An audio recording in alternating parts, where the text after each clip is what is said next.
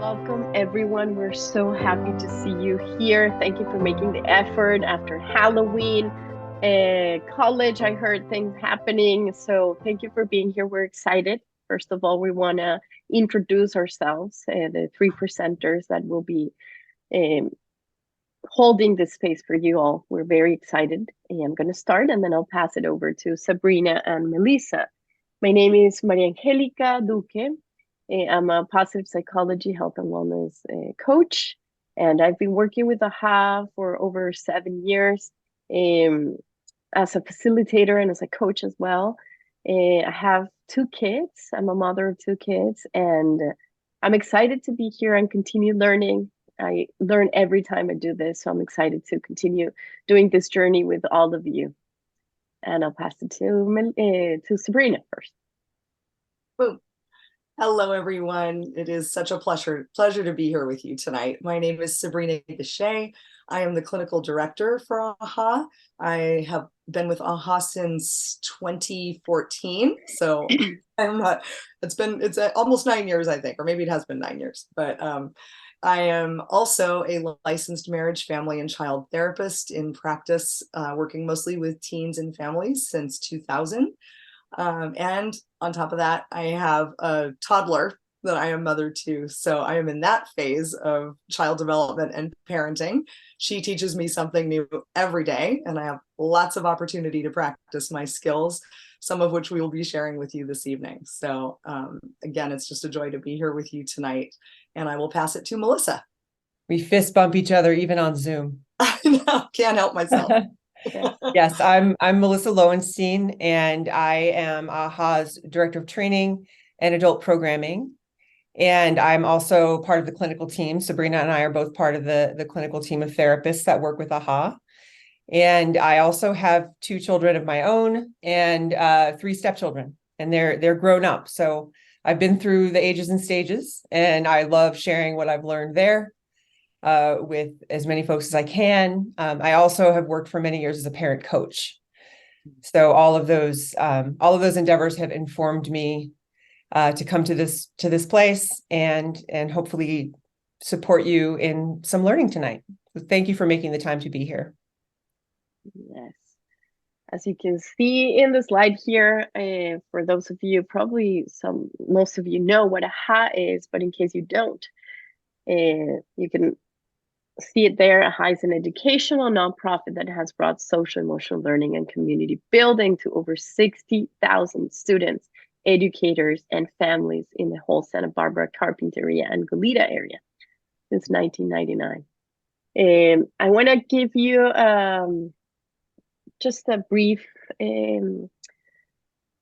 list of what you can expect from tonight's time with us.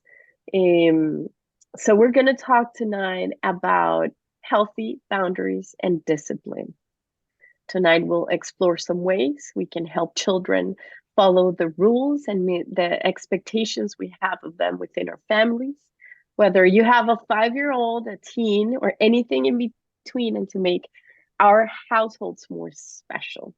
Everything we talk about here applies not only to parent-child relationships, but also to all relationships, including the relationship we have with ourselves. That's a very important reminder. I have to always remind that too. We will provide you with 3 keys we hope will support you in your parenting journey to help things go more smoothly. And later we'll have a poll. We're going to ask you some questions about what we're going to talk. We're going to have opportunities to reflect, to pause, and to thank ourselves about all these things. And there's going to be a Q&A at the end. So please go ahead. Anytime you have a question, just click on the button down there. If you have a small screen like me, you can click on the more icon, and then you'll find the Q&A option, and you can just type in your question. We will go back to those at the end of our presentation. Something we highly recommend is to keep a journal or paper handy, or create a document for your own reflection. Or if you're with someone right now in the space you are with us, feel free to discuss and chat about these things we're going to learn together. So with that, I'm going to pass it to Melissa. Thank you, Madi. So we start most of our groups with some kind of mindfulness. And this is especially important in parenting because in order to use any strategy, we need to be able to manage ourselves, to manage our emotions, because there are a few things in life that can get our emotions going as much and as fast as having challenges with our children. And a mindfulness practice is really helpful in sort of training your nervous system to ground and pause and be able to make a conscious choice about how to respond when things are difficult. So let's take a moment and be mindful together. I'm going to invite you to close your eyes and get yourself into a comfortable posture, whatever that is for you. If you're busy doing something while you listen, maybe put it down for a moment and just focus on my voice. And we're going to start just by taking a conscious breath. I'm going to go ahead and exhale all your breath out first. Just empty all the way out. And then take a nice slow breath in.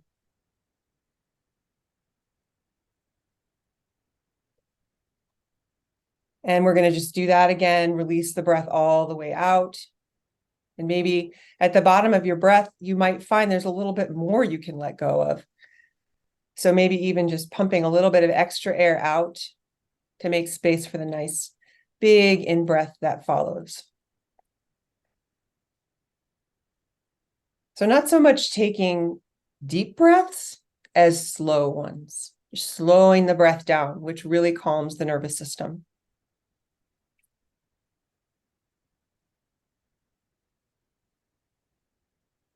And on this next in-breath, maybe notice as you become aware of how your body feels, notice if there are any areas that feel like they're holding or tense, and let them release a little bit with the out breath. And see if you can let them get a little bit heavier. And just continuing with the breath and letting your attention be on the sensations that you feel in your body. And not naming them necessarily or labeling them, but just being present with what's here now.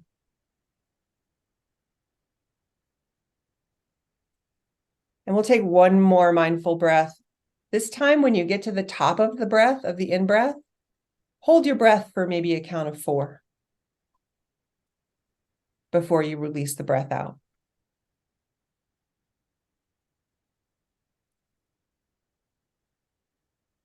And we'll do that one more time. And this last time, you can let the breath out through your mouth with a big sigh.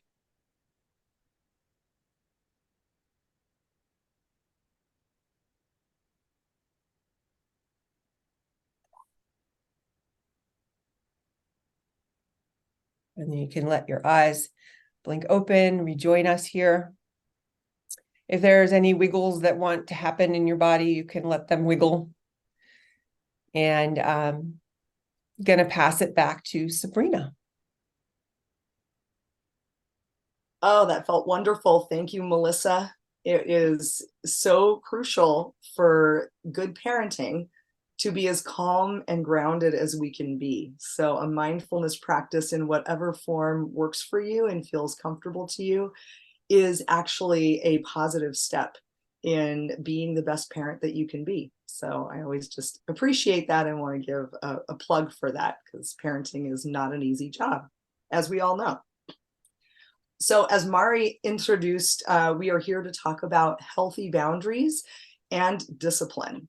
I will say that in my years working as a therapist with families, the B word is sometimes talked about like it's a bad word. And same with the D word, actually, discipline. But what I want to say is they are absolutely necessary and vital. So let's talk about what they are and what they're not. Boundaries are essentially the rules, limits, and routines that we set for our children and for ourselves, quite honestly. Things like curfews or bedtime or expectations about behavior, the amount of screen time that we want kids to have, things like that. What they are not, which is sometimes confused in this topic, is they are not punishment, which is something different. They are also not occasions for lectures or long explanations, which, to be honest, typically fall on deaf ears. We use too many words and our kids just sort of glaze out. And to be honest, our partners can do that too if we're trying to have conversations like that with them as well. And it particularly doesn't work when both people are upset. So just to be aware of that, and we'll be talking about that more in the keys that we're going to present. With intense or challenging children, parents may find that punishments in particular and lectures actually make things worse over time. And I've seen that to be true, where people get caught into cycles of incessant power struggles or escalating consequences, and then more rebellious pushback. Those of you who've gone through that know all too well what that feels like and how that goes.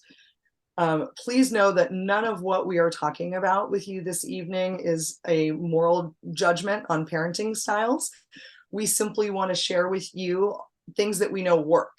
Every parent I ever talked to just said, I just want to know what works. So hopefully our sharings tonight are some tools that you can try to help create just more peace and harmony in your home, which is what we're hoping for. Every human being has certain things that need to be present in order for healthy attachment to occur. That's true for every one of us. There was a very interesting study done by Sylvester and Shearer back in 2022, in which they isolated or identified rather 7 essential attachment needs that we all need in order to be successful in our life. So and to have healthy attachments. Let's just look at that list. They include safety and security, soothing, attunement, which is another person really getting us and understanding us, reliability and consistency, support and encouragement, stimulation, novelty, and fun. Believe it or not, we all need a lot of fun.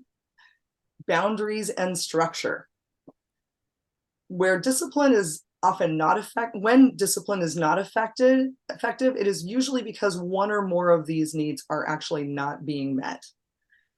So looking at just number 7, boundaries and structure, having and holding clear, consistent boundaries for children is so important. And it's important to note what it actually does for children. So one important thing that it does is help soothe anxiety. Having clear and consistent boundaries and structure helps soothe anxiety. Kids that are raised with a lot of chaos or a lack of structure tend to have heightened anxiety. So it's important to know. Another thing that this does is help build patience, self-awareness, social awareness, meaning how our behaviors impact others, as well as the ever important skill of frustration tolerance. That is one that I see being very challenged in these days of immediacy and kids getting used to getting things right away or having an immediate response. So having these boundaries actually helps build that skill as well. I do want to note that this is by no means often easy to do. In fact, sometimes it's really hard as a parent to do this. And some of the reasons and things that make it hard are, I see this a lot when parents were raised perhaps in a very strict or authoritarian environment and parenting style. Sometimes there's a tendency to swing to the opposite extreme of permissive parenting, overly permissive parenting. Another common thing is just simply lack of time and lots of stress.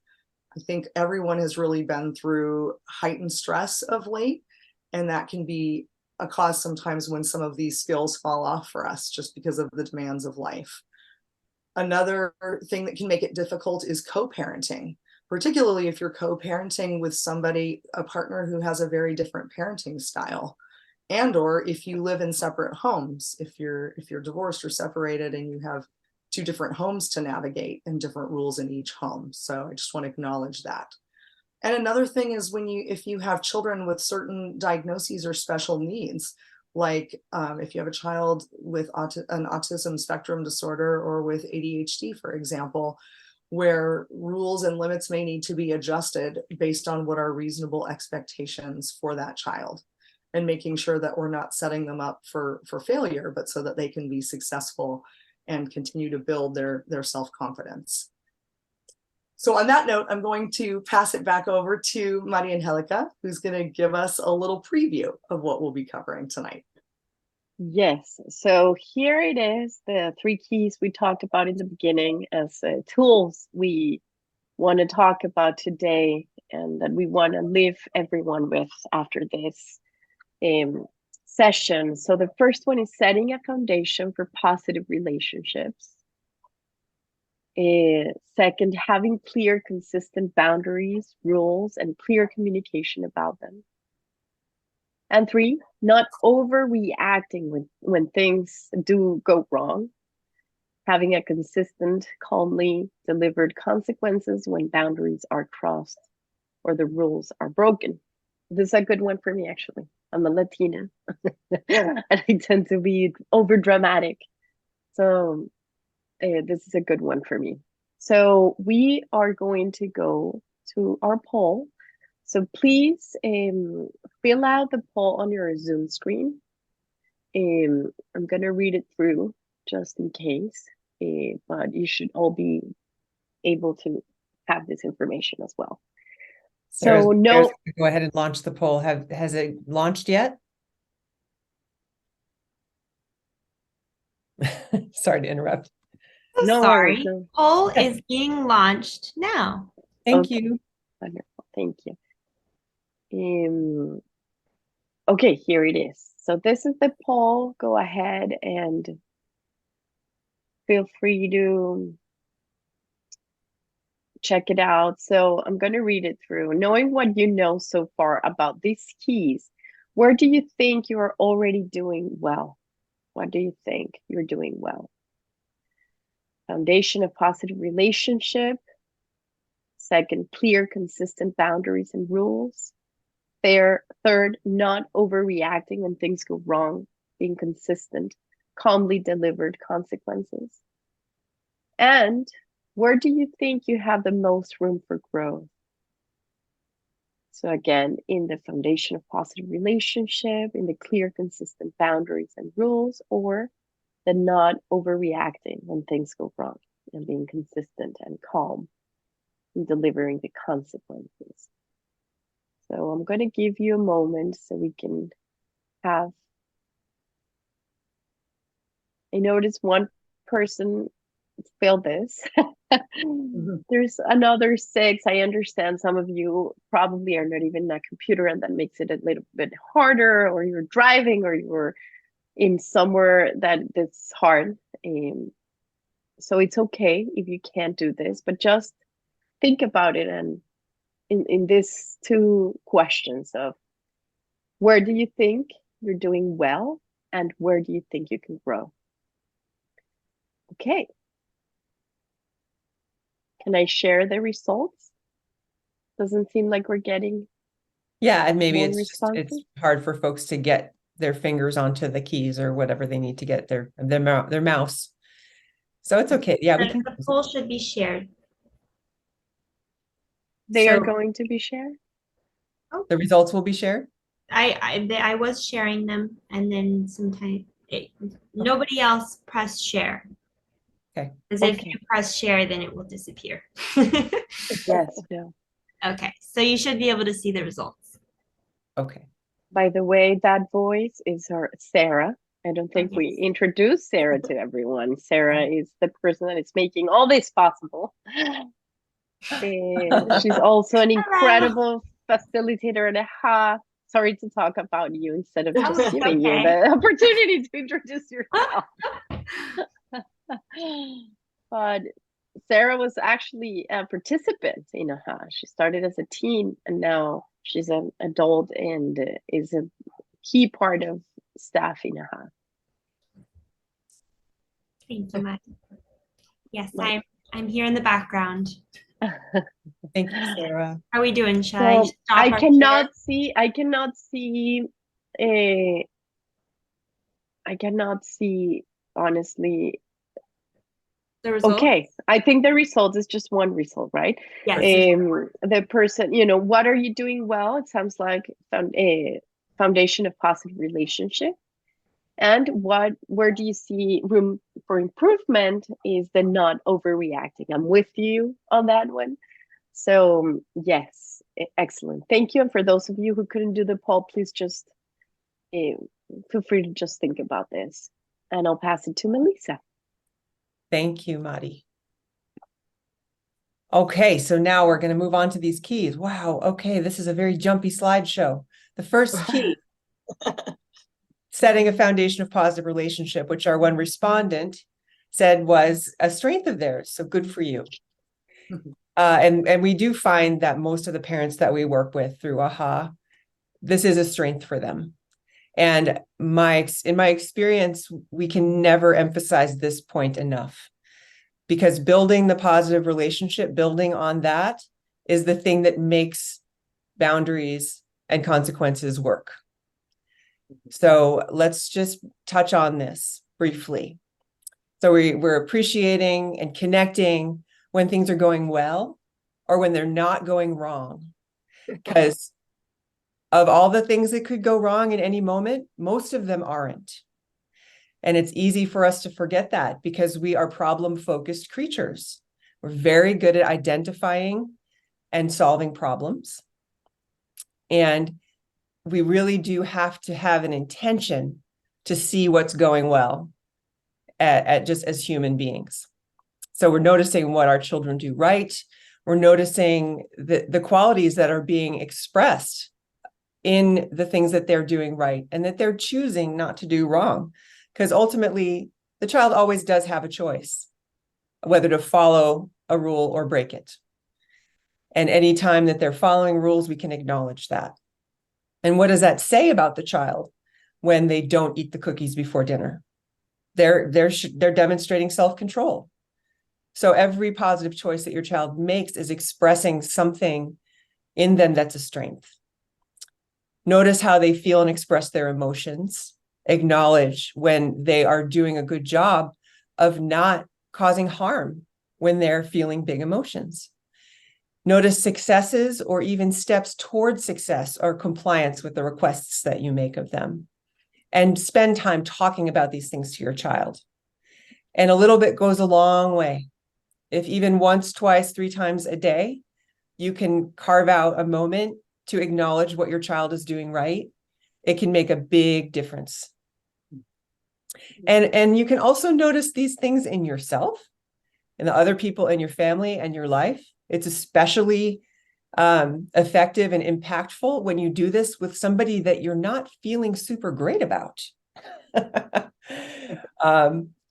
To really make a point of, okay, I'm going to find something to appreciate about this person, even though they're really getting on my nerves. And doing this with yourself too is another skill that I can't recommend more.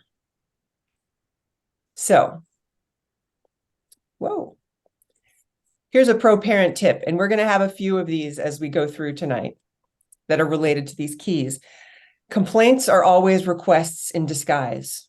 And when I first heard this as a parent, I thought my head would explode. It was so amazing to realize that instead of talking about the thing that's bothering me, I can figure out what is the thing that I want. What do I want more of, not less of? And then I can figure out how to ask for that in a clear way. So that really helps me to acknowledge even those small steps towards compliance. I can give a detailed description of what I need the child to do, along with a time frame, and then I wait for them to comply or not. And if they don't comply, they get a sort of a boring, non-dramatic consequence, and they get it every single time. So an example of a request is right there on the slide. I need you to put away your clean clothes and toys and put your dirty laundry in the hamper. Please get that done by dinner time. Rather than, your room is such a mess. You never pick up your stuff. So it's the same motivating thing of a messy room, but I get to actually feel like I have some power and control in asking for what I want. Now, whether I get it is another story, but at least if I ask clearly, I've done what I can to make that thing happen. So we have a writing or sharing prompt for each of these keys. And this is the first one. I'm going to invite you to either write or share with somebody who's nearby, or maybe you just want to talk to yourself. That would be fine too. About your child's strengths, the things that they do well or right, and what great qualities are demonstrated by these positive actions and behaviors. And there's a list right there that you can start generating from. So we're just going to give you just a minute to consider this question. What are your child's strengths and what qualities are being demonstrated? And you can take these away from this group tonight and you can talk to your child about them.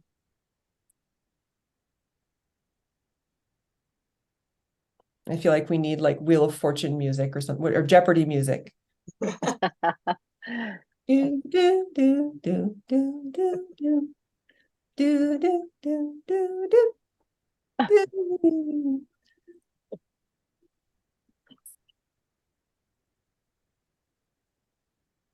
And I did see a hand raise, but I'm not sure if that stayed up.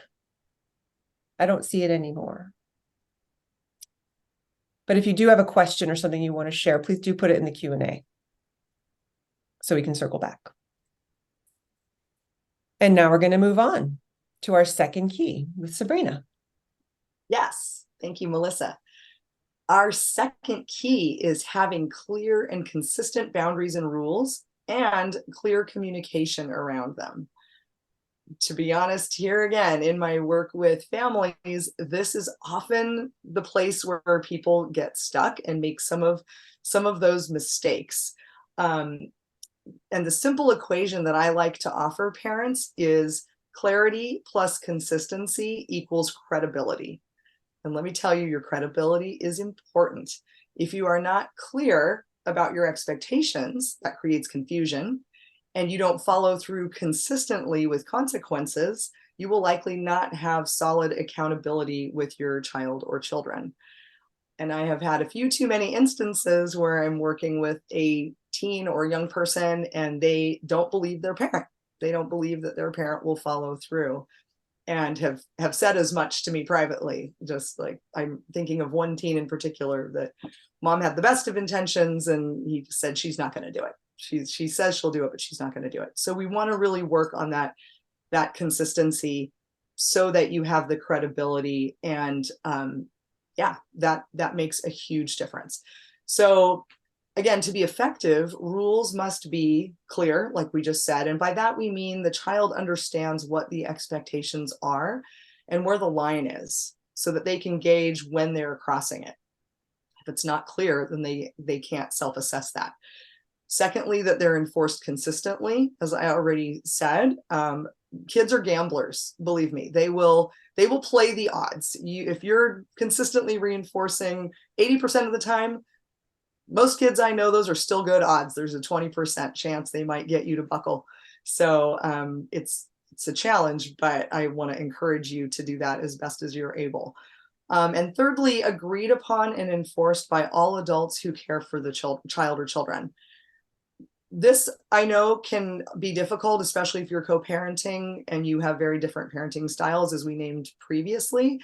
But it is so important that you are on the same page with the other people caring for your child as much as possible, because that helps decrease the confusion and increase the effectiveness and follow through on these rules. So, and even if your partner won't do it or ex-partner won't do it, you can still be that person who is reliable and consistent and predictable for that child, because again, it will help reduce anxiety and help them feel safe. Something I want to just name at this point too is that the how and the when that you communicate about boundaries and rules really does matter and can make a big difference. Do we want to be doing this in the heat of an argument? Not a great idea. I would say not, because it probably won't be heard. And some rules of thumb here, once again, are to be concise and clear. Again, some people get caught in too many words and too much explanation, but the more concise you can be and clear, the better. So talk about boundaries proactively and reward honoring them with loving acknowledgement.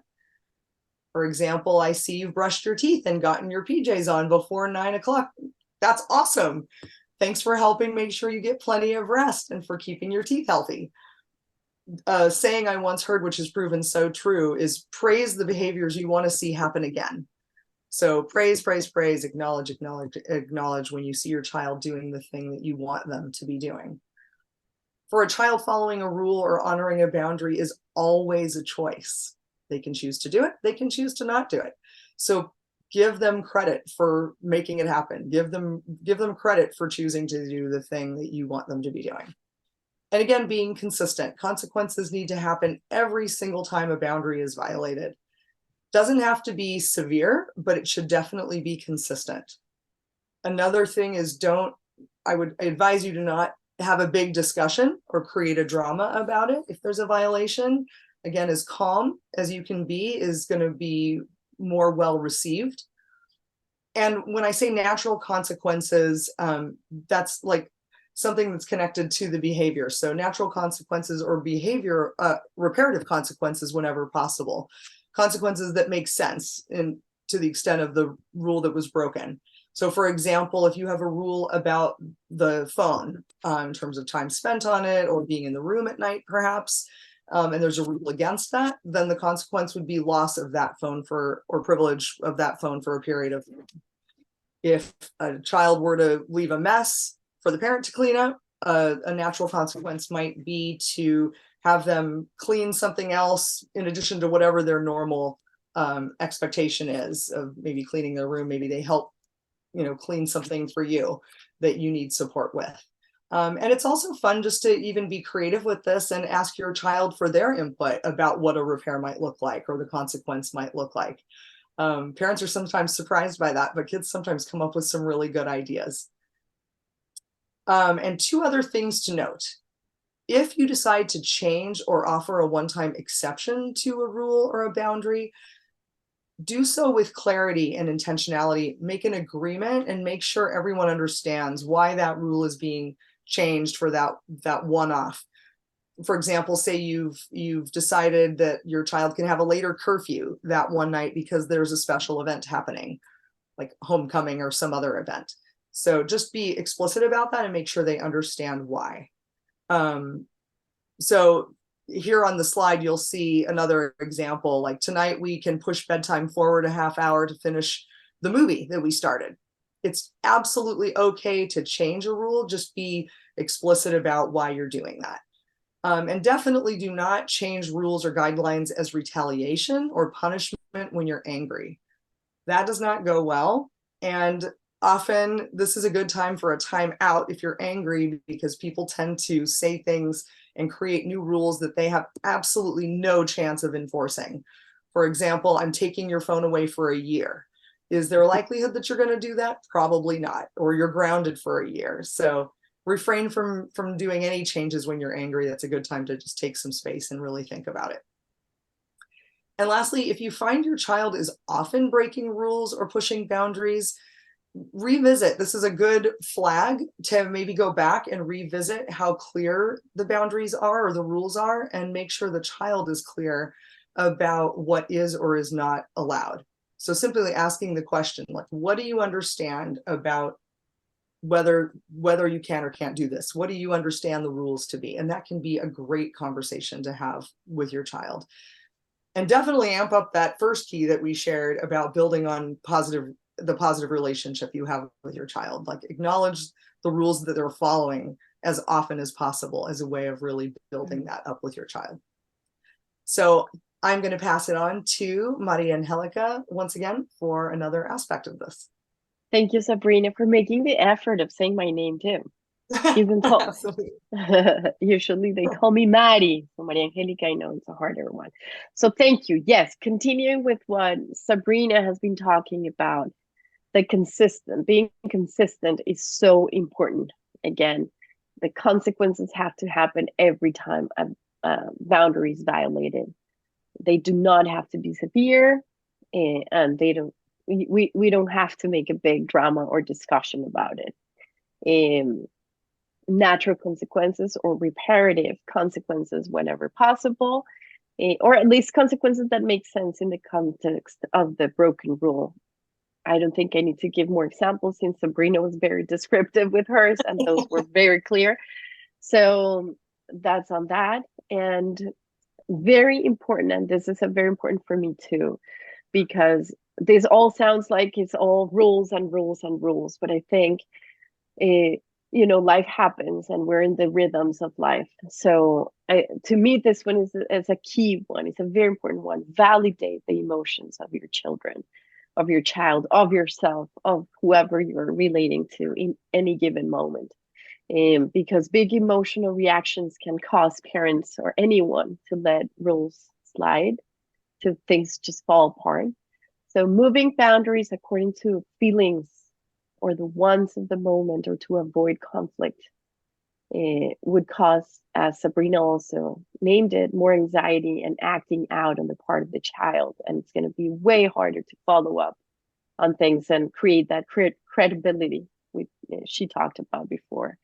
Child needs to feel their adults have more power than they do.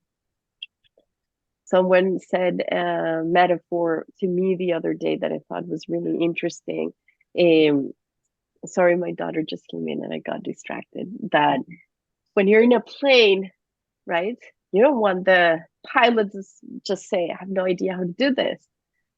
You need to know this pilot knows exactly what's happening all the time. And I think that's a good metaphor for us as parents as well. I think they need to know we got it, that we are more powerful.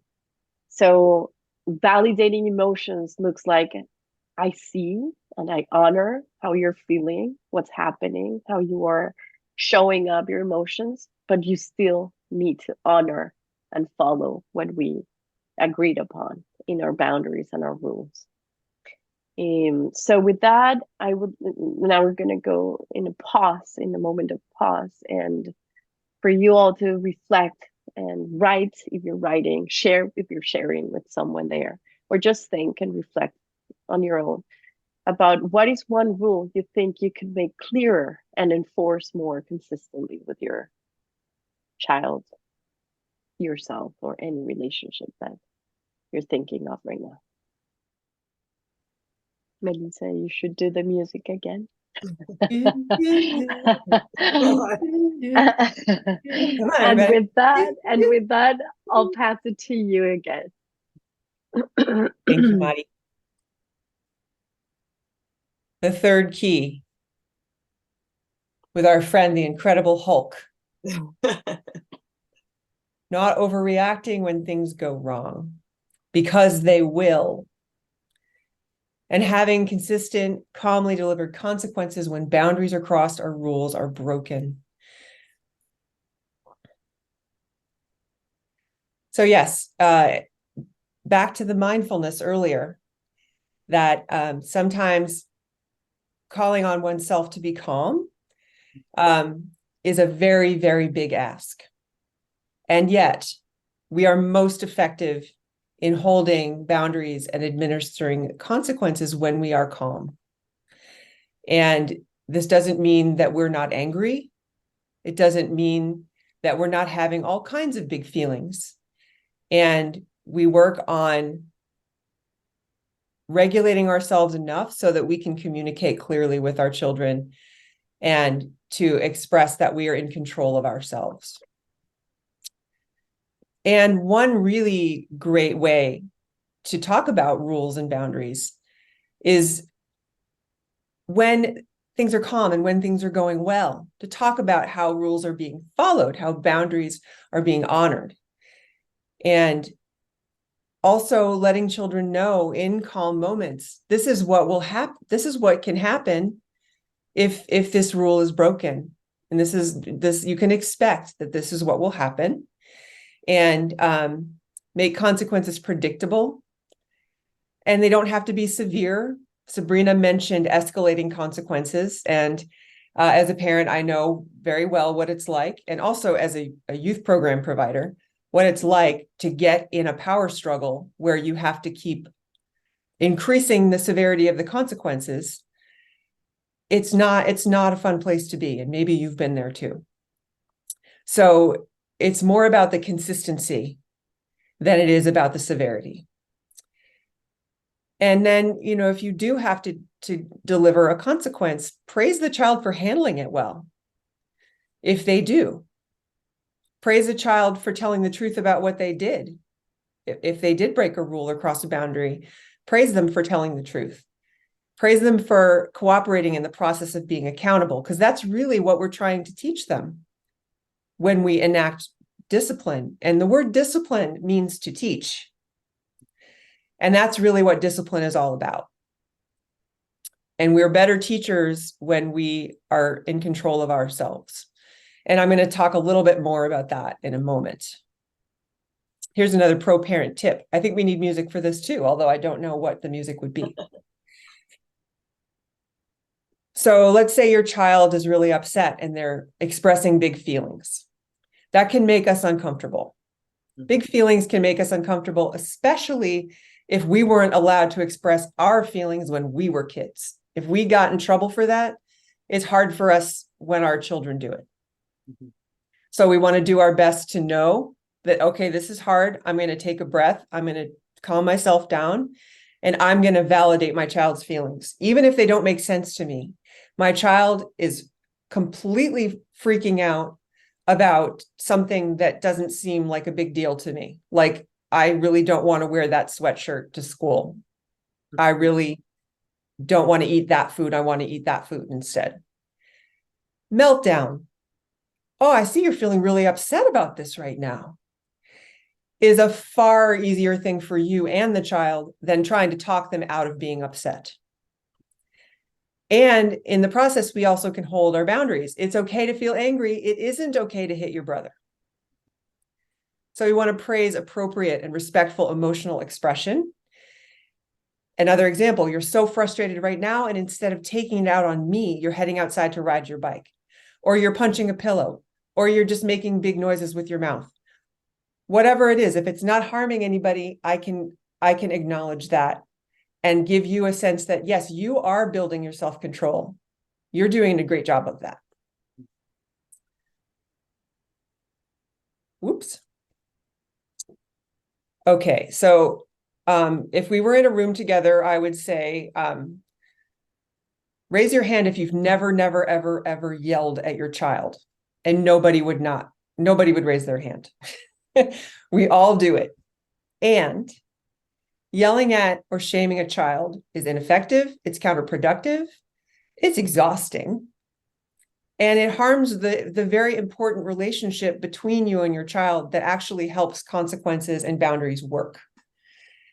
And what's also true is if you do lose your cool and yell, you can always repair. And we're going to talk about this later. This is another really wonderful strategy that we try to teach as many people as we possibly can is how do we make it okay when we do lose our cool. And another tip is just that there's so much power in taking a pause. So it may well be that in the moment you are going to there's nothing you're going to do except yell or say something that maybe you wouldn't say if you were calm. So please pause when you're very angry or frustrated. When you're really scared. With teens, that can happen. Your child is doing something that's scary to you. Give yourself a timeout so that you don't give dramatic consequences that you can't or won't enforce. You're grounded for a month, no phone for a year. And it will help you not say or do harmful things while you're in this emotionally flooded state. It's almost always safe to pause. And what's true is that when you are having big emotions, your nervous system is actually telling you that there is a lot more urgency than usually there really is. So just know that. And see if you can take a break and calm yourself before you address the issue. And if you do struggle to manage your temper, that's just how it is for most of us at some times. And it's harder for some of us than others. It's not unusual or a reason to feel guilty or ashamed. And it's okay to get help. One way you can do that now that you're at this group is you can access 6 free sessions of supportive therapy with AHA, where we can work on that stuff. And we'll mention that again later on. My email is actually in my little box. And if you would love to have some free therapy to work on this kind of thing, I hope you'll reach out to me. So here's your writing prompt for this key. What is something your child does that really makes you lose your cool?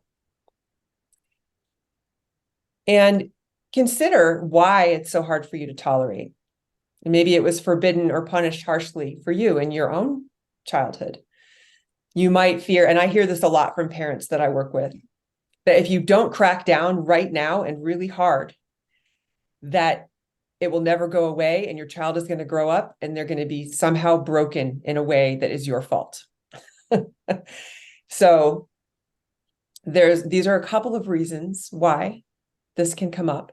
And I'll actually, while you consider, for me, it's disrespect. Like if I disrespected my parents, I was in more trouble than if I did almost anything else. So for me, I really have to work with myself on not being reactive and unkind when disrespect happens. So all of us have things. Consider, what is it for you? And I'm going to not make music this time. Just going to take 30 seconds or so just to give you a moment to consider or discuss. And knowing this about yourself really helps build your awareness of, okay, it's happening, that thing that makes me fly off the handle. And I'm going to take a pause before I deal with this. Okay, and I'm going to pass this back to Mari to talk about relational repair. Yes, thank you, Melissa. This to me is the most important thing I've gone through AHA, and I keep getting it and I keep learning it and practicing it. I think it's the best skill we can all have as human beings, because it's a given that we're going to mess up. We're going to, it's never possible to do this all perfect. We're going to have days that are not at all, we can't hold all this.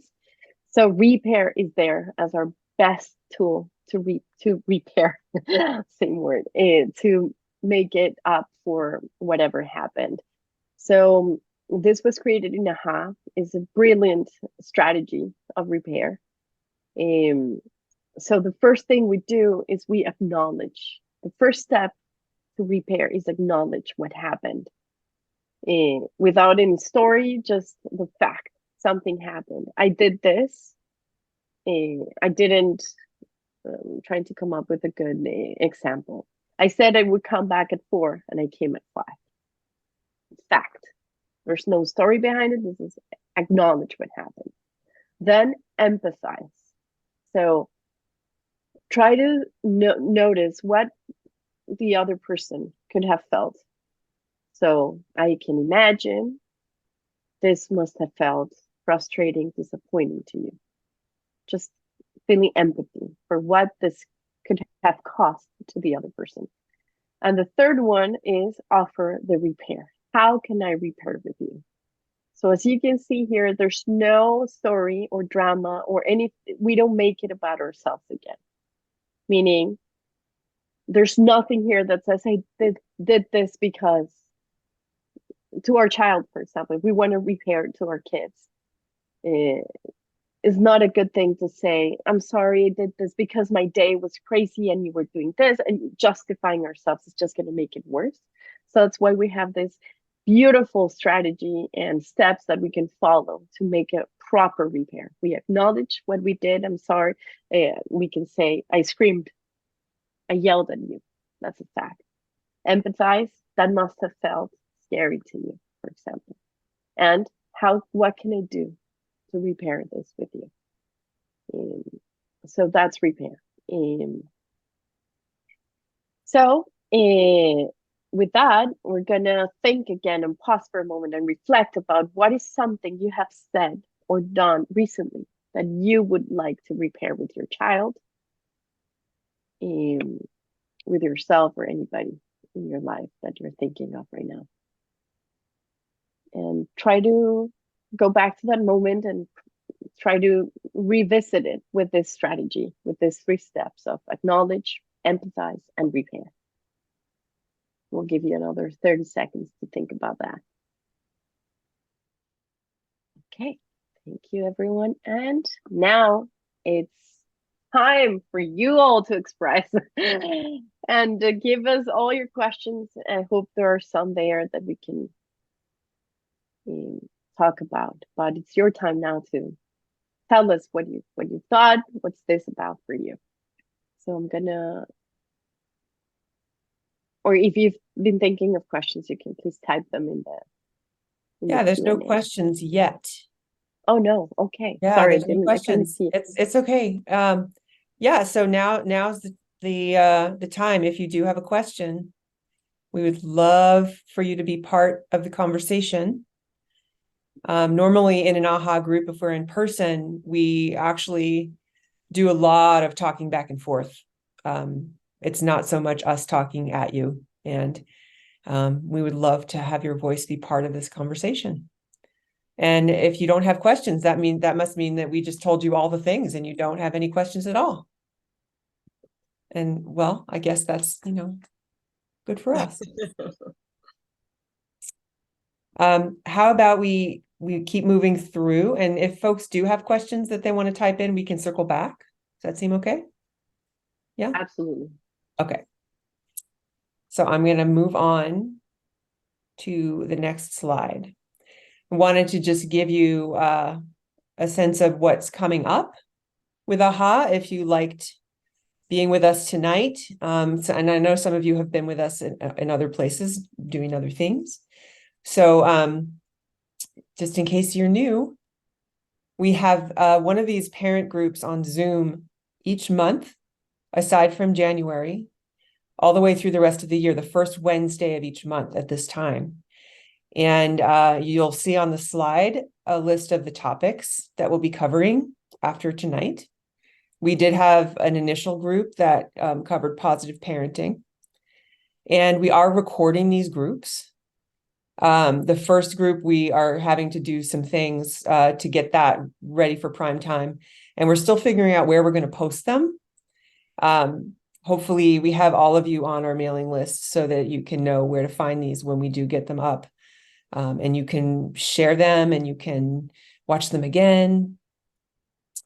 And I also want to share that, again, that we do have those 6 free clinical sessions, and being part of any AHA program makes you eligible.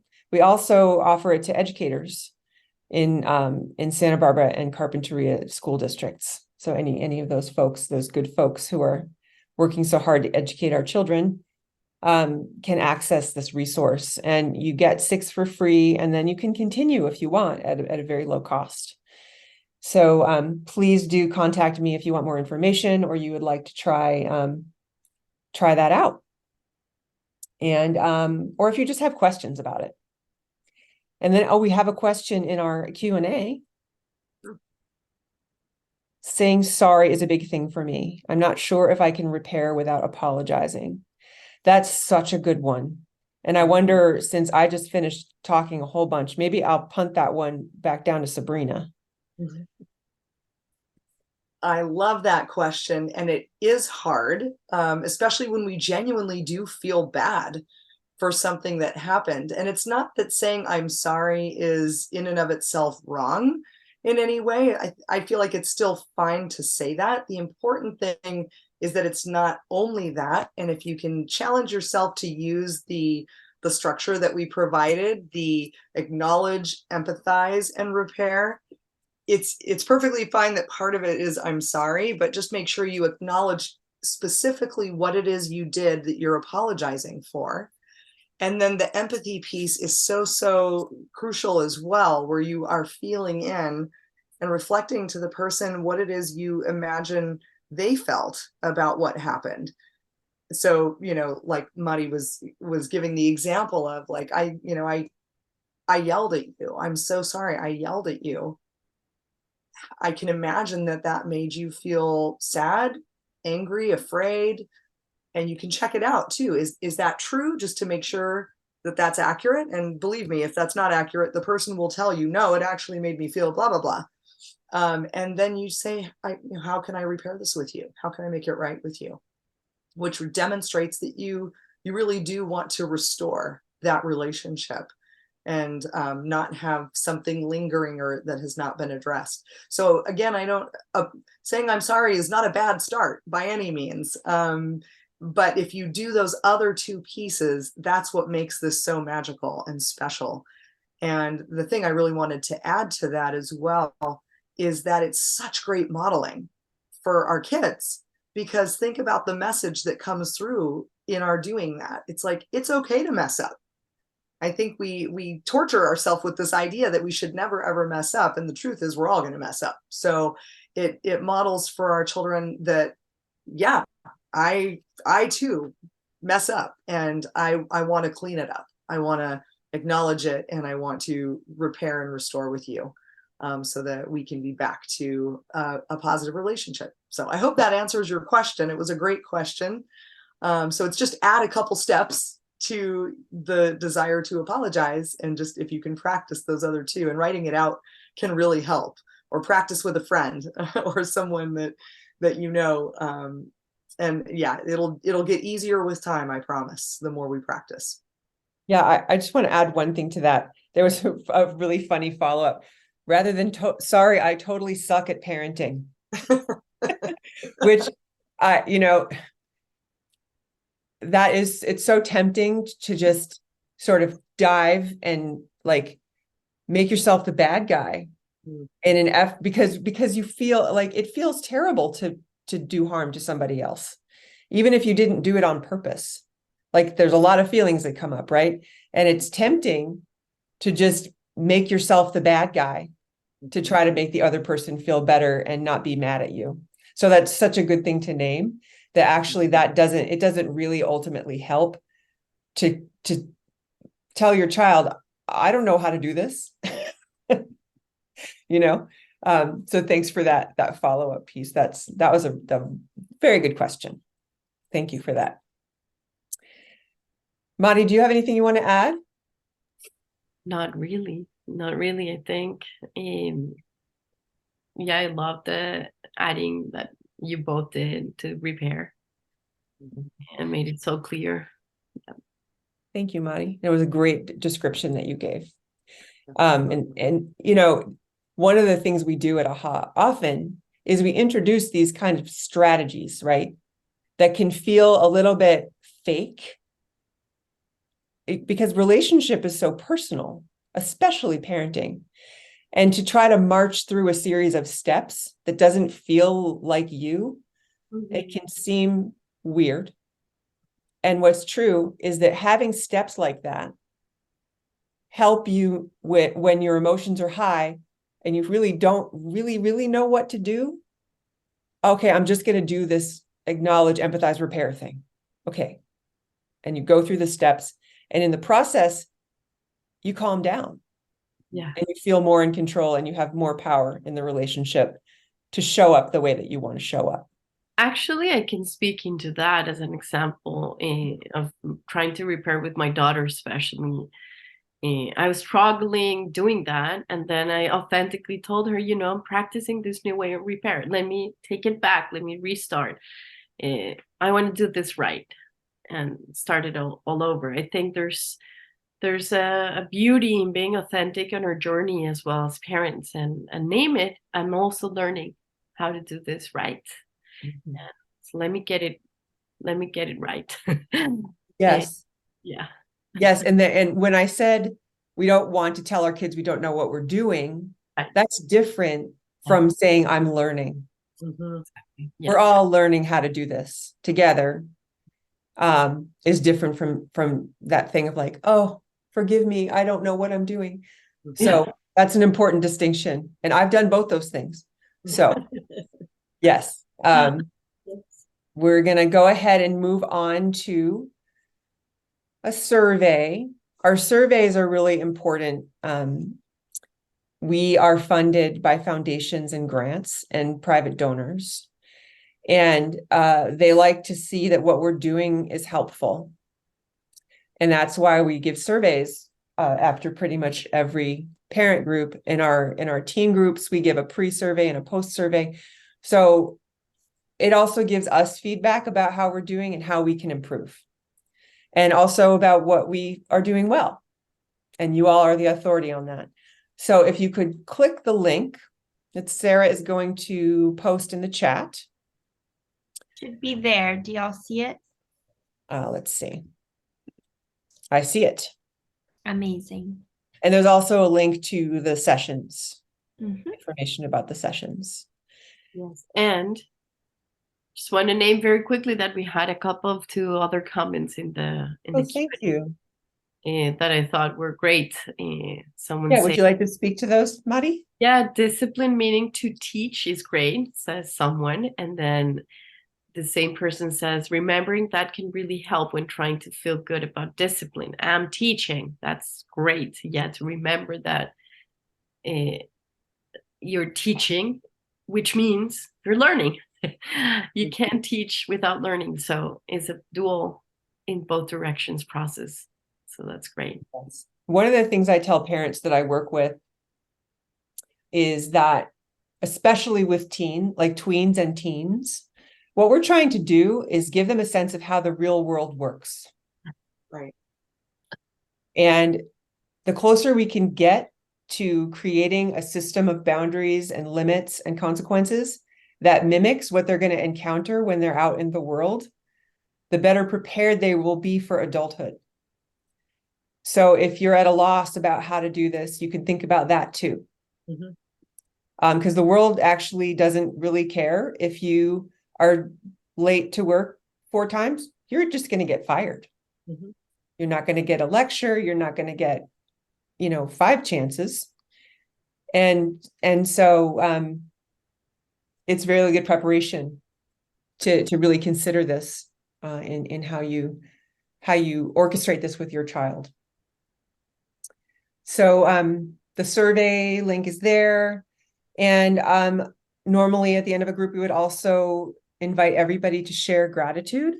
And because we have the chat open, maybe we want to throw something we're grateful for into the chat, and we can read them out. The participants actually cannot use They can't. that. So they Oh, could okay, then use you can the put them Q&A. in the Q&A. Yes, thank you, Sarah. So please put a gratitude in the Q&A if you're feeling it. And maybe we'll share our gratitude. I'll invite Sabrina to go first. Are we doing this out loud, or do you want us Yeah, to? we'll do it out loud while others go into the Q&A. Yes. Well, I'm just so grateful to be having this conversation, and just for you all for being here this evening with us to talk about this, because I just feel so passionate about it. And it is true what Melissa said. We're preparing these people for adulthood and life. And I know how much everybody loves their child, but learning these skills has made a big difference for me personally. And so I just am delighted and appreciative of everybody for being here tonight. And I will pass it to you, Melissa. Thank you. I am so grateful for every parent who is struggling through the challenges of parenting at this moment in time. And especially to those of you who show up to learn and grow. I'm really grateful for that. And I'll pass it to Mari. Thank you. 2 quick things. The first one, just continue to learn. I love it because I always feel like I'm relearning, reminding myself of all these things.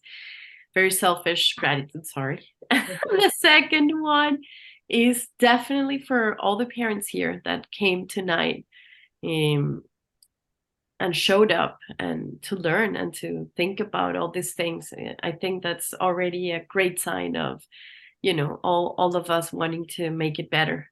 So I'm very grateful for that community of people being here.